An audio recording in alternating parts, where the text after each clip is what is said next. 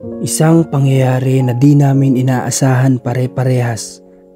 Yung mga araw na pare-pareho kami na nag-iisip kung saan ba kami pupunta o saan kami tutungo para makatulong sa mga kababayan natin. Nang may isang tawag kami na hindi inaasang matatanggap patungkol sa nangyari sa nanay ko. July 12. Habang abala kami sa paghanda dahil nga nagpaplano kami na magpaabot ng tulong ngayong araw, ay may katakatakang natanggap akong tawag mula sa aking tiyahin na alam kong hindi ito normal na nangyayari sa araw-araw. At yung malalakas na kaba sa aking dibdib ay hindi nga ako nagkamali, dahil nga daw ang aking ina ay may hindi magandang nangyari sa kanya. Kaya't yung dapat na mission ay napalitan ng kaba at napalitan ng pagmamadali.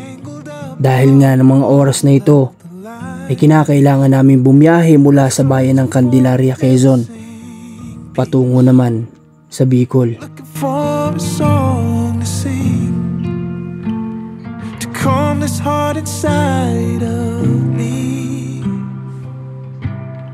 Kaya't maging ang aking mga kasamahan ay talagang nabigla sa mga pangyayari na ito, dahil wala nga pare-paras kaming kaalam-alam na ngayong araw ay mauuwi kami sa Bicol. Sa totoo lang, ng mga oras na ito, parang gusto ko nang paliparin yung ginagamit namin na sasakyan, pero nangingibabaw pa rin sa akin yung kaligtasan ng aking mga kasamahan. Kaya nang sa ganoon, ipinanatag ko ang loob ko ng mga oras na ito para na sa ganoon ay ligtas kami na makarating. Malayo-layo yung babiyahin namin, kaya ng mga oras na ito ay talagang tumatawag ako sa kung sino yung pwede makakapagbigay update sa akin patungkol sa kalagayan ng nanay ko. I need you, and oh God, I always will, cause it's the love you are, so unconditional to me, deeper than any scar, yeah.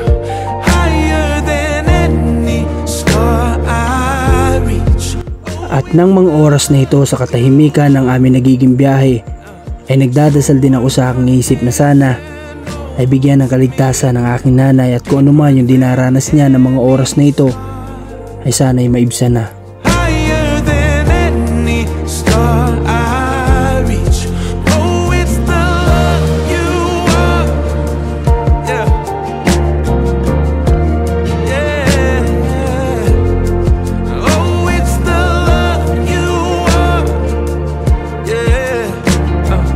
Ang halos babiyahin namin ay tumatagal ng 6 na oras, at ng mga oras na ito ay talagang inip na inip ako sa aming nagiging biyahe. Ewan ko ba, dahil kung minsan naman kung normal na biyahe, okay lang naman sa akin. Pero ng mga oras na ito, hindi ko alam kung bakit sobrang natatagalan ako sa oras na nagiging biyahe namin. Dahil na lang din siguro sa kagustuhan ko na makita na yung nanay ko kung ano yung kalagayan niya.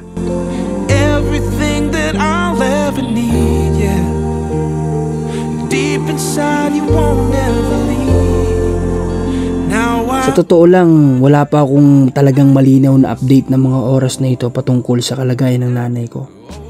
Hindi ko alam kung di lang din nila talaga sa akin sinasabi yung sitwasyon niya, dahil baka nag-worried sila na magmadali ako sa kalsada at maaari pa itong mag-cause ng anumang aksidente. Pero ng mga oras na ito, ang pagkakaalam ko lang talaga o yung nasa isip ko, marahil yung nangyari sa nanay ko ngayong araw ay kung ano din yung nangyari sa kanya noong mga panahon na nasa Isabela kami. Kaya alam ko, nasabi ko, kung naagapan ng nanay ko ay kakayanin niya kung ano man yung pinagdaraanan niya ngayon. Pero yun nga, mali pala lahat ng pagkakaakala ko, kasi hindi nga ganoon yung nangyari sa kanya.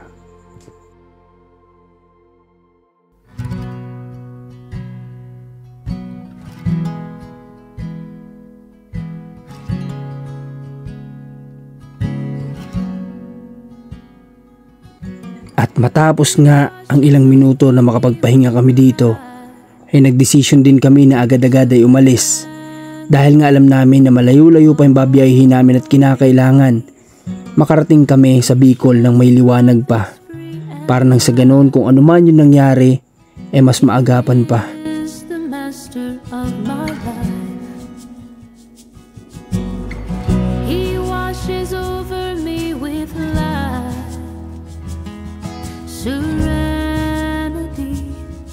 a holy peace. He shows his love is free and wide. He is the master of my life. He has chosen me. At oo nga pala na mga oras na to na nagbabiyahe kami ay hindi talaga kami kompleto sa pamilya. Dahil may mga naiwan sa aming tahanan sa Candelaria. Naandoon si Mac, si MJ, si Marcos at ang kanilang tiyahin. Dahil nga ng mga oras na ito ay kasalukuyang na mayroon pa silang pasok, kaya minabuti namin na hindi sila isama. At makalipas lang din ang ilang minutong naging biyahe namin, nakarating naman kami sa bayan ng Calawag. He carries me beneath his wing. Medyo lagay pa yung isip ko ng mga oras na to kasi nga wala talaga akong natatanggap na kahit anong update na ngayon sa nanay ko. Naiisip ko tuloy siguro maayos na yung nanay ko o nalampasan na niya kung ano man yung pinagdaanan niya ng araw na ito. At sa pagbabiyahe namin na to, napansin ko na talagang medyo may kabilisan yung nagiging biyahe namin. Dahil nga yung mga oras na dating binabiyahe namin na dumarating kami sa Calawag ay mas mabilis sa ngayon. Kaya alam ko na darating kami sa bayan ng Dait, Camarines Norte nang may liwanag pa. His goodness has become my strength. He has Dahil may kalamigan ng biyahe namin na ito dahil nga sa sunod-sunod din na pag-ulan, ay minabuti din namin na magpahinga muna dito sa Calawag upang nang sa ganon ay makapagkape at mainitan ang aming mga sikmura. At para nang sa ganon din ay mas makapag-isip kami ng mga paraan na pwede namin gawin patungkol sa nanay ko. At halos tumagal din kami dito ng wala pang 10 minuto. Pinagkasya namin ang oras na iyon para nang sa ganon ay mabilis din kami na makaalis dito. Dahil nga may emergency kami na hinahabol. Yung iba pa nga sa mga kasamahan ko ay mas minabuti na lang na dalahin yung kung ano man yung kanilang kinakain o kanilang inilalaman sa kanilang tiyan ng mga oras na ito sa loob ng sasakyan. Para na sa ganoon ay magdire-diretso na din yung magiging biyahe namin. He's making all things new. A precious flower in his hand. There is nothing he can do. It's because of him I stand. He's making all things new. Precious flower in his hand. There is nothing he can do. It's because of him I stand. He has chosen me.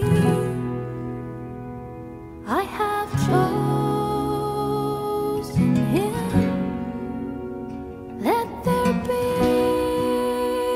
now then, nothing in between, nothing in between.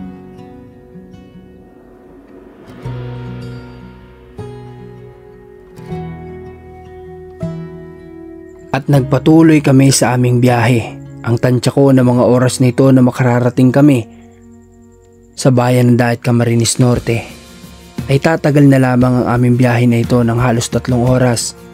Kaya't alam ko o sure na sure talaga ako na talagang maliwanag pa na darating kami dito. Heaven would love me and know me by name. In a world At nang makarating nga kami sa boundary ng Bicol, wala pa rin talaga akong idea sa kung ano yung totoong nangyari sa nanay ko at sa kung ano yung kalagayan niya ngayon. At nang tumawag ako sa isa sa mga kasama natin na si Rans, ay tila naririnig ko sa kanya na medyo kalmado.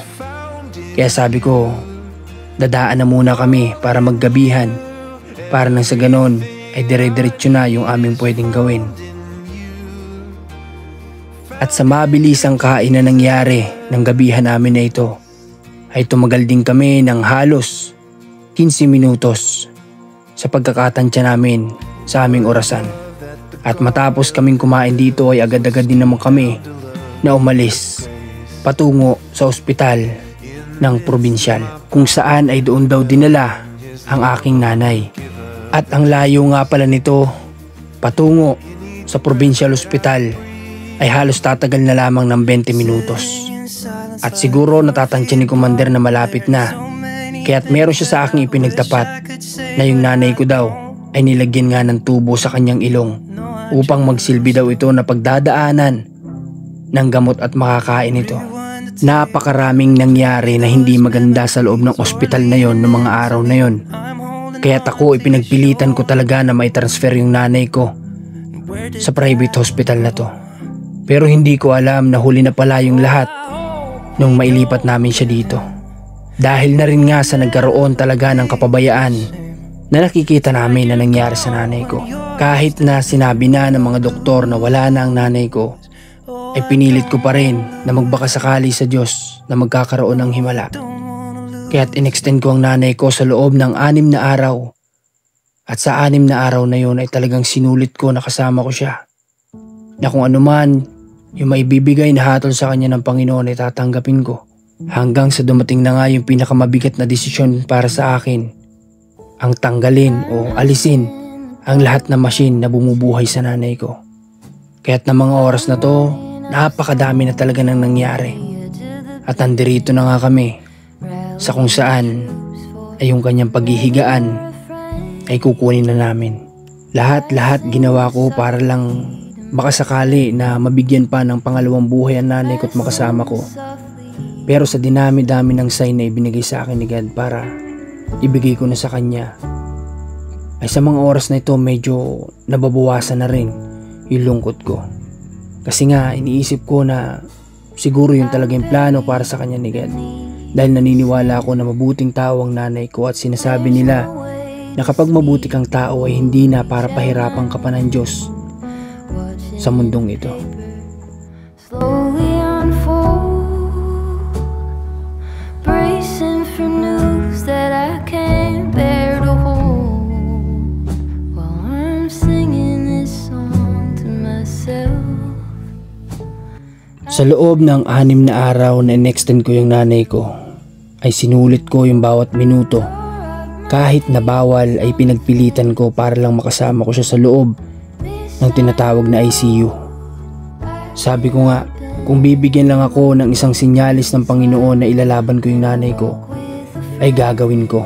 Kahit pa tumagal ng 1 buwan, 2 buwan, 3 buwan. Basta't sigurado lang ako nagigising yung nanay ko. Pero yun nga, kabaligtaran ng lahat ng sign na ibinigay sa akin ni God, ay yung sign na ibigay ko na sa kanya yung nanay ko. Kaya't wala na kami magagawa ng mga oras na ito kundi tanggapin, masakit man.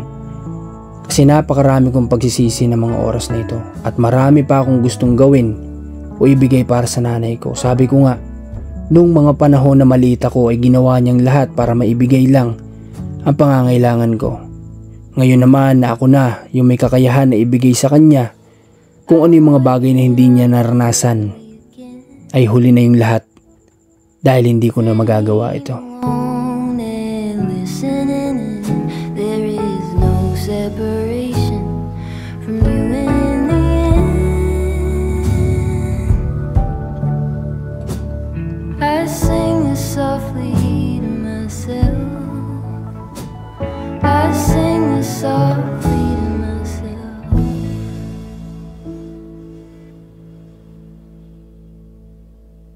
Masakit para sa akin na tanggapin ito kasi nga lalong-lalo na nagsusulong anak lang ako. At separate na kami sa tatay ko. Siya na lang yung nag-iisang magulang ko na malapit sa akin. At ganito pa yung nangyari. Kaya nga sabi ko, hindi ko alam kung darating ba yung araw na gugustuhin ko pa na pumunta sa bayan na ito. Kasi lahat ng memories ng nanay ko nandirito.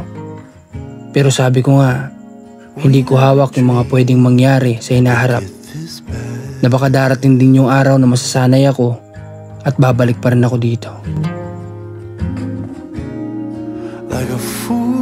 assumed our troubles would just dissipate.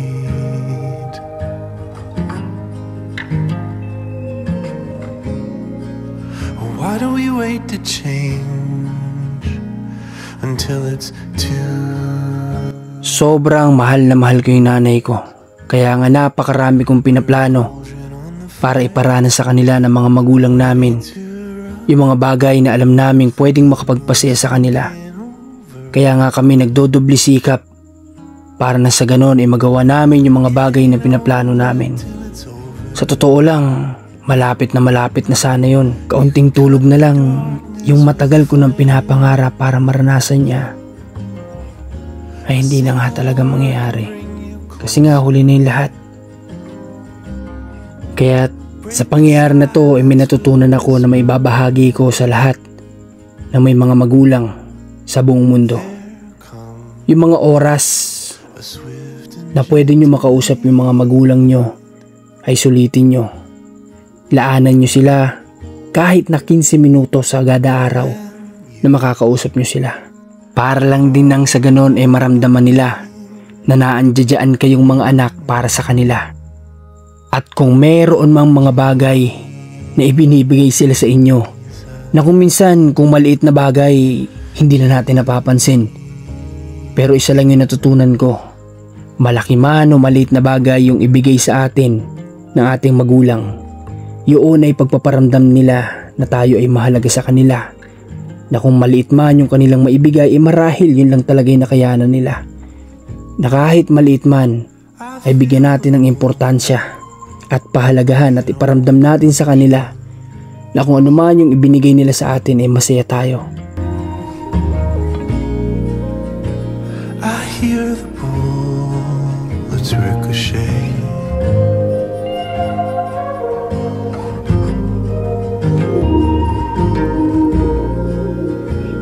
I look around and see the whole world breaking.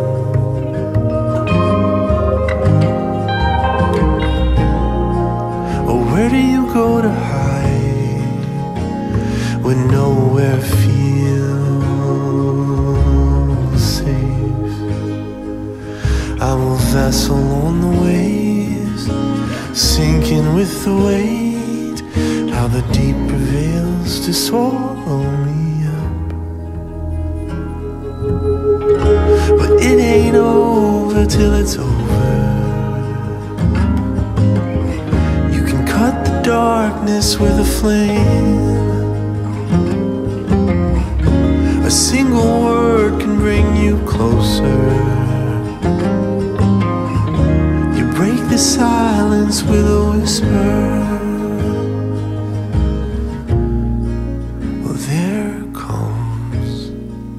A swift and gentle aid.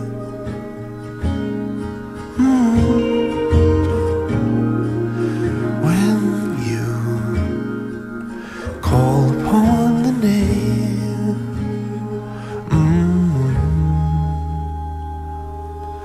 Jesus,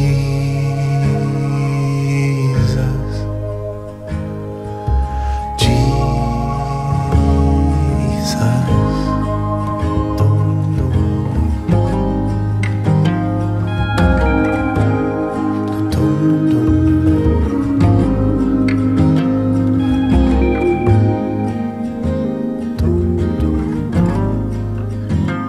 Nagpapasalamat din nga pala ako sa lahat ng nakasama ko. Kahit nalabas pa ito sa kanilang trabaho ay ginawa pa rin nila na samahan ako sa loob ng 6 na araw na paglaban para sa nanay ko. Ay hindi nila ako iniwan. Maging sa labas at loob ng ospital ay kasama ko sila. Kaya't sa Team Marcos, sa lahat ng kagrupo ko o kasamahan ko ay nagpapasalamat ako sa inyo. Dahil alam ko na kung nakikita din tayo ng nanay ko, magpapasalamat talaga siya sa inyo.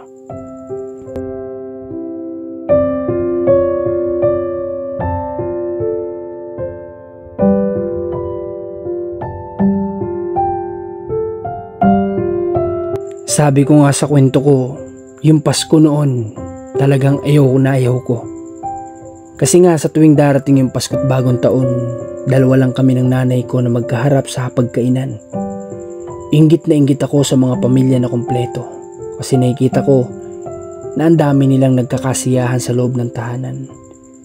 Kaya nga nung ibinigay sa akin yung pagkakataon na magkaroon ng pamilya, doon nila nakita yung sobrang saya ko na dumaan ang isang Pasko. Nakasama ko silang lahat na masasabi kong malaking pamilya. At sa nangyari na ito, hindi ko alam kung gugustuhin ko ba ulit na daraan yung Pasko.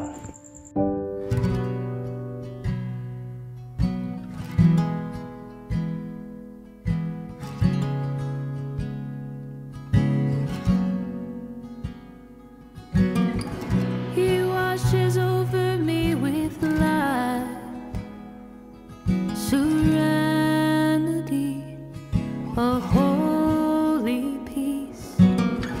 He shows his love is free and wide. He is the master of my life. He washes over me with light, serenity, a holy peace. He shows his love is free and wide. He is the master of my life. He has chosen me. I have chosen him. Let there be nothing, nothing in between, nothing in between.